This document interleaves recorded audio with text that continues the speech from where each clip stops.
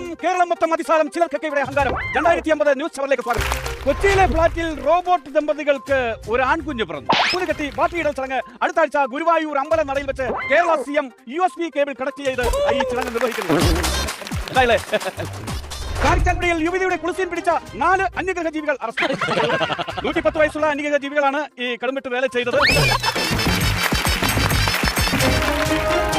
ഒരു സന്തോഷ വാർത്ത, ലോകത്തെ ഏത് കോണിൽ നിന്നും കേരളീയർക്ക് നാട്ടിലേക്ക് വോട്ട് ചെയ്യാമെന്ന് ഇലക്ഷൻ കമ്മീഷൻ അറിയിച്ചു. കാരണം കേരളത്തിൽ മലയാളികളുടെ എണ്ണം വിരലിൽ അത്രയും ചുരുങ്ങിപ്പോയത് കൊണ്ടാണ് ഈ കടുത്ത തീരുമാനമെന്നാണ് ഇലക്ഷൻ കമ്മീഷൻ അറിയിച്ചിരിക്കുന്നത്. ഒരു സങ്കടകരമായ വാർത്തയുണ്ട്. നാളെ രാവിലെ 6 മണി മുതൽ 9 മണി വരെ കേരളത്തിലെ വീടുകളിൽ മദ്യവിതരണം മുടങ്ങും. വൈറ്റില ജംഗ്ഷനിലെ മദ്യ പൈപ്പ് ലൈൻ പൊട്ടിയതിനെ തുടർന്നാണ് മദ്യവിതരണം മുടങ്ങുന്നത്. റിപ്പോർട്ടർ പറഞ്ഞത് പ്രകാരം വൈറ്റില ജംഗ്ഷനിൽ ഇപ്പോൾ മദ്യം ഇങ്ങനെ ചീറ്റി തെറിക്കുന്നുണ്ട്. പൈപ്പിൽ ചീറ്റി തെറിക്കുന്നത് കൊണ്ട് കുടിയന്മാരുടെ കൂത്താട്ടുകളാണ് അവിടെ നടക്കുന്നത്.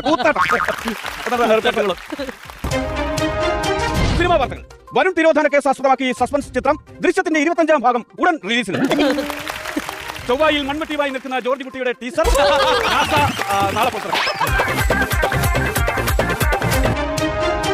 വീടുകളിൽ റിലീസ് ചെയ്യുന്ന സിനിമകൾക്ക് റിവ്യൂ പറയുന്ന സീനിയർ റിവ്യൂവർ അലൻ ജോസ് പെരേരയ്ക്ക് വിലക്ക്.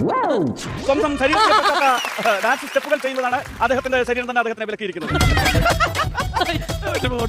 Online delivery ബോയിയായ റോബോട്ടിന് ക്രൂരമർദ്ദനം. ഒരു യുവാവ് ഓർഡർ ചെയ്ത 5 കിലോ കഞ്ചാവ് 5 സെക്കൻഡ് താമസിച്ച് എത്തിച്ചതിനാണ് ആ റോബോട്ട് ബോയിയെ ഈ യുവാവ് ബാറ്ററി ഊരിക്കളഞ്ഞിട്ട് അതിലെ വഴിതെറ്റിച്ചു.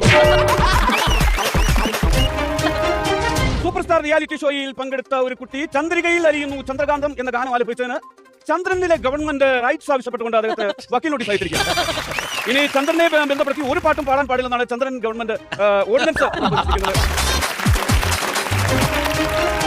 ചൊവ്വയിൽ കേരളീയരുടെ അതിപ്രസരണം കാരണം ഉണ്ടാകുന്ന അതിർത്തി തർക്കങ്ങളിൽ ഓവറായി ഷോ കാണിക്കുന്ന ഒരു മലയാളി നേരെ ചൊവ്വേ നാട്ടിൽ പോകില്ലെന്ന് ചൊവ്വ കോടതി അറിയിച്ചു. ഒരു സങ്കടകരമായ വാർത്ത, ഒരു കുടുംബത്തിലെ 4 പേര് ആത്മഹത്യയ്ക്ക് ശ്രമിച്ചു.